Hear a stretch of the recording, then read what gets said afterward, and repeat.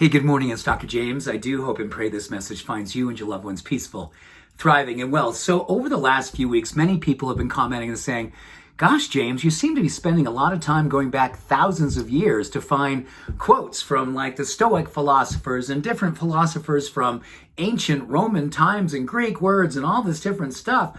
What's up with that? Well, I tell you, I think it's giving me an opportunity to reset and look at some of the ancient wisdom, and it applies for me personally so deeply, so important, so powerfully today. And I think you're going to find today's quote a little bit, yes, a little bit ancient, actually a whole lot of ancient, but totally fits the times that we're living in. So this quote comes from Aristotle. You may have heard it. He said, "To create a beautiful life, it's more important to be loving than it is to be loved. Much more important to be loving than it is to be loved." So that is an ancient quote. I love it for many reasons, but in particular, a recent study came out, and it was looking at 400 women over the age of 50. So not a giant study, but a sizable study, but in particular was interesting because they had these 400 women tracked for 30 plus years. I think it was like 33 years all in all. And what they found out, that after 33 years, they were really looking at one thing, although these women never knew what they were looking at. They were looking at something called the kindness index. The kindness index, not the kindest. Well, it could be the kindest as well, but measuring the level of kindness that these women put out in the world. So this idea of being loving versus being loved. They really kind of graded people by saying each and every day, what was the way that they moved through their life? What were they doing in terms of volunteering? How were they giving back? How were they paying it forward?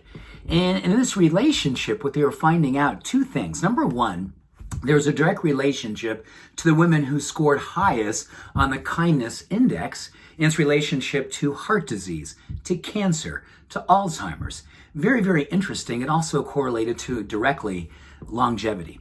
The people who are scoring the highest on the kindness index, they're the ones who are on the planet the longest. So I know that doesn't always apply, and there's no such thing as like, be super kind and you're going to be here forever. It doesn't work that way. And I've lost very loving, kind people in my life way before their time. And I'm sure you have as well. But this was a study that kind of just looked at the overall average and found out by and large, the kinder you were, the longer you were going to live.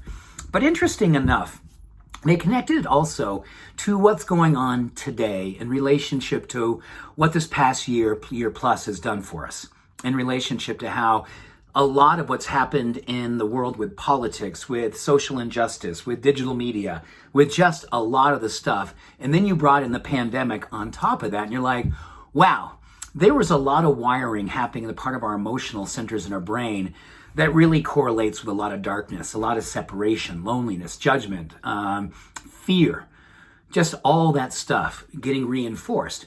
Well, in this particular group, they found that those women who were the kindness in the index, scoring the highest in terms of daily kindness experiences, they had the lowest incidence of seeing how this was changing their brain.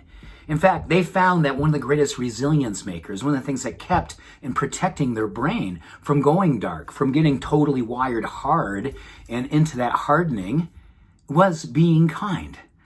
So I look at that, and I actually, more importantly, I feel it. When you hear that, how do you feel? Do you feel like, oh my goodness, that is such an opportunity? I hope you do. I trust you do. And in that hope and trust, I believe that today is another opportunity for us to call ourselves forward, call ourselves into a place where we start acknowledging the fact that there is loving to do right now. Maybe more than we've ever been asked before, reasons to be loving, even though it seems particularly unreasonable. We've all seen things, and we've all felt things.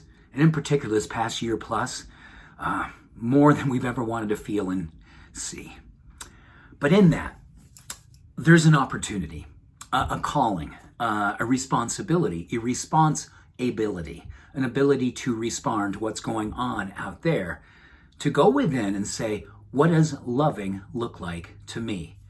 And yes, my mind, my body, my emotions, they're all going to be more empowered. They're all going to be more resilient. But we also know, and in an experience of kindness, there's a contagion that happens as well.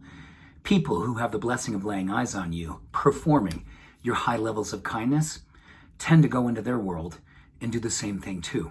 They go into their circle, and that circle expands as well, growing more and more in the kindness. So what a beautiful opportunity to take Aristotle's words. It's so much more beautiful to be loving than it is to be loved. And take that to heart today, right here and right now. I trust you will. Thank you for being you. Much love, all blessings. Have an awesome day. Bye for now.